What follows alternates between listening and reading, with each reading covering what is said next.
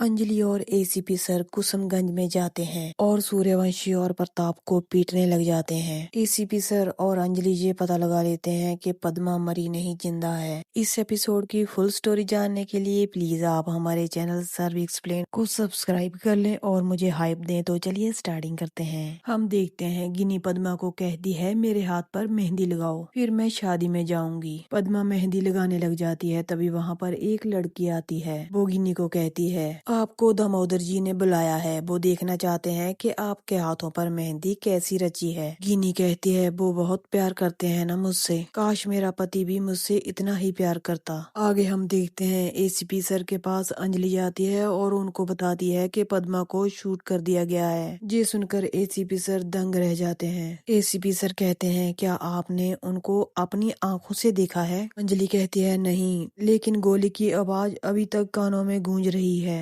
ACP sir कहते हैं लेकिन गोली उसको मारी किसने? अंजलि उनको बताती है कि गिनी सिंह ने। अंजलि कहती है वो हमेशा से ही स्वार्थी थी, उसने मेरी जिंदगी को भी खत्म कर दिया है, वो अब मेरी बेटी की जिंदगी को बर्बाद करने पर तुली हुई है। आगे हम देखते हैं आरती रो रही होती है। राघव सिंह उसे चुप रहने के लिए कहते हैं बेटा पद्मा का मरना ये तय नहीं करता कि तुम्हारी शादी होगी या नहीं। राघव सिंह पूछते हैं वेद तुम आरती से प्यार करते हो? वेद कहता है हाँ मैं आरती से बहुत प्यार करता हूँ, अपनी जान से भी ज्यादा। वो आरती से भी पूछते हैं तुम भी वेद से प्यार करती हो ना? आरती कहती है हाँ बहुत ज्यादा। तो फिर ये तय है, आरती का दादा होने के नाते तुम्हारी शादी मैं करवा कर ही रहूंगा। राघव सिंह अभय और वैभव को आवाज लगाते हैं और कहते हैं घर के बाहर इतनी सिक्योरिटी टाइट करवा दो कि घर के अंदर कोई मक्खी भी घुसने ना पाए, खास करके कोई एडवोकेट इस घर के अंदर घुसने ना पाए। निवेदिता कहती है बड़े भैया आपके कहने का क्या मतलब है? राघव सिंह कहते हैं इतनी बात समझ में नहीं आ रही, मैं एडवोकेट अंजलि अवस्थी की बात कर रहा हूँ। वैभव कहता है वो इसी सिलसिले में थाने गई है। राघव सिंह कहता है मेरी पोती की शादी कोई भी नहीं तोड़ सकता। राघव सिंह आरती का हाथ वेद के हाथ में दे देता है और कहता है इस शादी को कोई भी नहीं रोक पाएगा, ना ही गुंडा ना ही कोई खूनी। आरती कहती है दादाजी क्या मेरी माँ नहीं आएगी इस शादी में? राघव सिंह कहते हैं नहीं वो बिल्कुल भी नहीं आएगी, अगर वो कोर्ट का ऑर्डर लेकर आ जाती है तो वो शादी तोड़वा देगी। साधिका कहती है अगर वो काला कोट नहीं पहन कर आती, अगर वो एक माँ बन कर आती है तो उसका आना जहाँ पर अलाउड है। वैभव कहता है बड़े भैया अगर वो शातिर औरत इस घर में घुस गई तो वो शादी तोड़वा देगी। मैं इस घर को किला बना दूंगा, चप्पे चप्पे पर सिक्योरिटी लगा दूंगा, स्नाइपर होंगे, गनमैन होंगे और बाउंसर होंगे, तब कैसे घुसेगी वो? अगर जबरदस्ती किसी ने घुसने की कोशिश की तो उसे शूट कर देंगे। आगे हम देखते हैं एसीपी सर अंजलि को कहते हैं कोई मंत्र नहीं पढ़ा जाएगा, ना ही ये शादी होगी। पद्मा के साथ साथ ये शादी भी खत्म हो गई है और ना ही वो कल ही शादी होने देगी। अंजलि कहती है केस तो मैं लड़ रही हूँ ना सर, एक तरफ आरती है, एक तरफ कली और दूसरी तरफ कानून है। तभी अंजलि को भजन सिंह का फोन आता है। वो कहता है यहाँ पर सबको टेंशन हो रही है कि वेद और आरती की शादी होगी या नहीं। राघव सिंह भजन सिंह से फोन ले लेते हैं और अंजलि को कहते हैं बहू अगर तुम्हें शादी में आना है तो अपना काला कोट उतार कर आना होगा, क्योंकि शादी तो होकर ही रहेगी। अंजलि कहती है आप फिक्र मत कीजिए, आरती की माँ उस घर में आएगी और शादी की सारी रस्में निभाएगी, उसके बाद जो होगा देखा जाएगा। राघव सिंह कहते हैं क्या देखा जाएगा? तुम्हारी बेटी की शादी है, छोड़ो ये कोर्ट कानून। अंजलि कहती है नहीं छोड़ सकती क्योंकि ये मेरी पहचान है। राघव सिंह कहते हैं अपनी बेटी के लिए कोई पहचान नहीं है, तुम उसकी माँ नहीं हो। अंजलि कहती है उसी के लिए ही तो ये लड़ाई जारी है। अंजलि फोन काट देती है और कहती है कैसे जी मैं शादी तोड़ दूं, आखिर आरती मेरी बेटी है। पंकज सर कहते हैं तो क्या करेंगी आप? अंजलि कहती है पद्मा को ढूंढूंगी। पंकज सर कहते हैं अभी तो आपने कहा कि पद्मा को शूट कर दिया गया है। अंजलि कहती है अगर पद्मा सच में मर चुकी है तो मुझे उसकी लाश चाहिए। अंजलि कहती है मुझे तो लगता है एक ही तीर से दो शिकार हो जाएंगे। एसीपी सर कहते हैं वो कैसे? अंजलि कहती है पद्मा जिंदा है या मर गई हमें सबूत मिल जाएगा। दूसरा वो दामोदर मजूमदार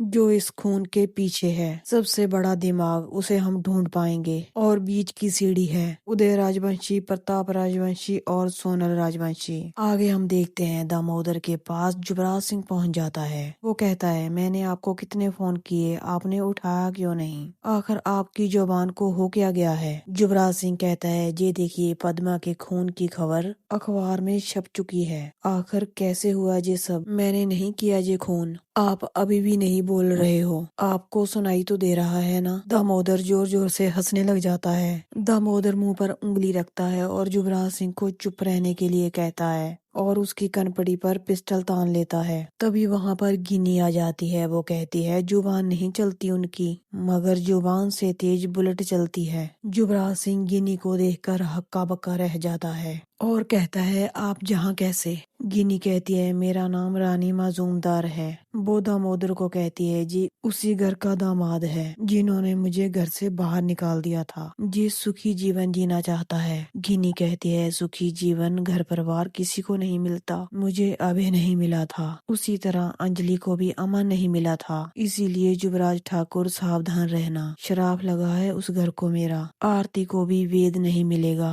युवराज सिंह कहता है, मुझे किसी से भी लेना देना नहीं है। मुझे आप लोग ये बताइए कि पद्मा कैसे मरी? गिनी कहती है, मरी नहीं है वो, उस तरफ देखो। गिनी कहती है, मैं पद्मा को लेकर जा रही हूँ उस घर में। किसी ने मुझे इनविटेशन भी नहीं दिया, लेकिन मैं वहाँ पर जाऊंगी और लाशें बिछा दूंगी। राजपूत खानदान में कोई दिया जलाने वाला भी नहीं बचेगा। आगे हम देखते हैं आरती रो रही होती है और कहती है कि मुझे बहुत डर लग रहा है, पता नहीं क्या होने वाला है। सानिया आरती को कहती है, तुम बिल्कुल भी मत डरो, हम सब तुम्हारे साथ हैं। आगे हम देखते हैं अंजलि गिनी को फोन लगाती है और गिनी को कहती है, मुझे पद्मा की लाश चाहिए। गिनी कहती है, क्यों? अंजलि कहती है, मुझे उसका अंतिम संस्कार करना है। गिनी कहती है, उसे तो मैंने फेंक दिया पानी में। अंजलि कहती है, तू झूठ बोल रही है, इतनी भी बुरी नहीं है तू। गिनी कहती है, मैंने भी तो अभय पर विश्वास किया था, लेकिन तेरा और उसका नाजायज रिश्ता था। अंजलि कहती है, ऐसा कुछ भी नहीं था, मेरा विश्वास कर तू। गिनी कहती है, विश्वास में ही तो विश्व का वास होता है। तभी पद्मा जोर जोर से चिल्लाने लग जाती है, वकील दीदी मुझे बचा लो।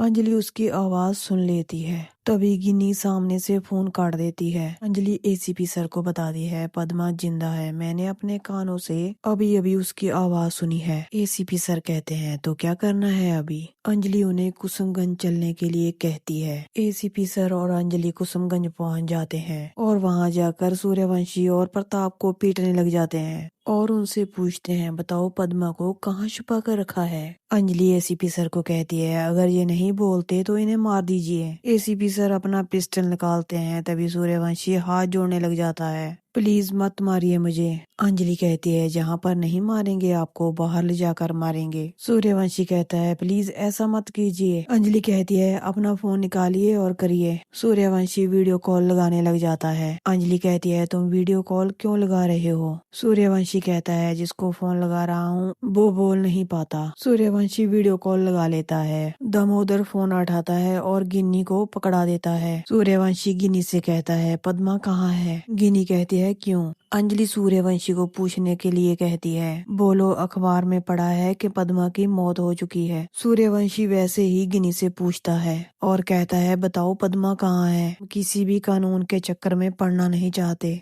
तभी गिनी उनको बताती है, पद्मा मेरे पास है और जिंदा है। सूर्यवंशी कहता है, कहाँ है? गिनी उसे कहती है, मीरापुर में है। तभी सोनल सूर्यवंशी के हाथ से फोन छीनने लग जाती है और गिनी को पता चल जाता है कि अंजलि वहाँ पर आई हुई है। अंजलि वीडियो कॉल में युवराज सिंह को बैठे हुए देख लेती है। दामोदर इशारा करता है, गिनी को वहाँ से जाने के लिए कहता है। गिनी कहती है, मैं अकेली नहीं जाऊंगी, आप भी जाएंगे मेरे साथ। अंजलि को यहाँ का एड्रेस मिल गया है, मुझे यकीन है अंजलि यहाँ पर जरूर आएगी। अंजलि महक को फोन लगाती है और पूछती है कि युवराज सिंह कहाँ है। महक कहती है, वो सुबह से ही घर पर नहीं है। अंजलि कहती है, क्या वो तुम्हें बताकर नहीं गया कब तक आएगा?